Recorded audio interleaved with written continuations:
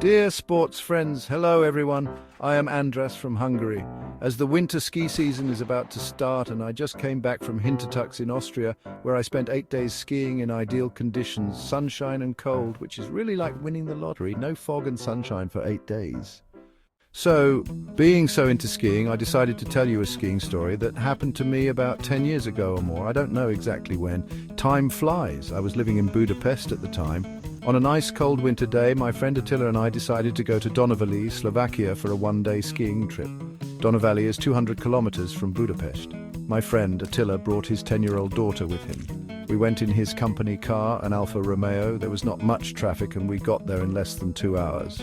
In Donavalli, we were greeted by beautifully groomed, steep ski slopes. It was skiing at its best. We had so much fun, the 4 to 5 hours passed almost unnoticed. After dark, we headed home. Before we reached Banska Bystrica, we stopped in a cozy restaurant in the mountains where we ate the national dish of the Slovaks, strapaka, and I poured a pint of fine Slovak beer.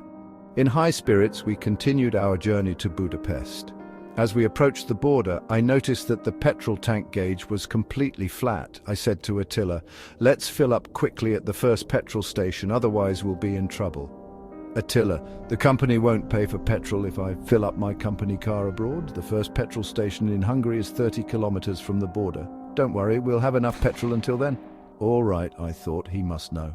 However, as soon as we crossed the border and drove about 5 kilometers, the car suddenly started to whistle and then suddenly stopped, out of petrol. The winters were quite cold at the time. Outside, the temperature was minus 15 degrees. The road was completely empty, not a car anywhere. We were standing in no man's land, far from any inhabited settlements. Attila's confidence was gone, and I could see the desperation on his face. The little girl started shivering from the cold because the inside of the car had cooled down. I told Attila to cover the little girl with his ski jacket. "I'll try to get some petrol from somewhere." I could see the light flickering in the window of a house in the distance. I dressed well, even pulled the hood over my head. As I got out of the car, I noticed another car approaching from Slovakia. I no longer hoped it would stop, but I put my hand up and waved. Much to my surprise, the car braked. A pretty young lady opened the window and asked how they could help. "Young lady Andras, is that you?" It turned out to be the sister of a friend from high school who had seen me once in her life when she was 10 years old, and then only for 5 minutes.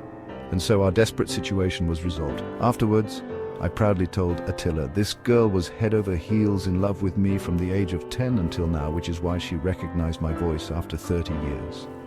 Attila, listen to me, Andras. This lady has special talents. She remembers every voice pattern forever. She should be working for the Secret Service.